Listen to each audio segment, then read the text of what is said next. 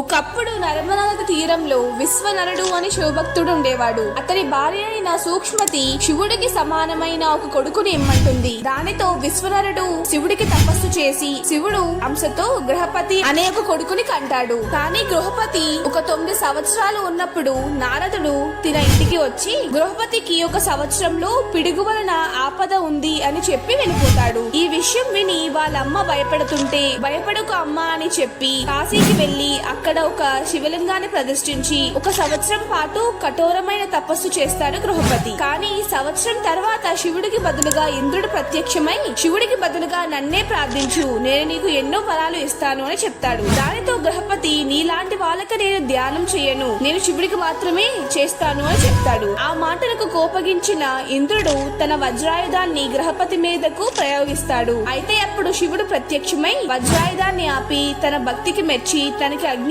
అని నామకరణం చేస్తాడు. తను ప్రతిష్ఠించిన శివలింగంలో శివుడు అగ్నేశ్వర రూపంలో కొలువై ఉంటారని మాటిస్తారు. ఇప్పటికీ మనం కాశీకి వెళ్తే ఆ అగ్నేశ్వర లింగాన్ని మనం చూడగలుగుతాము.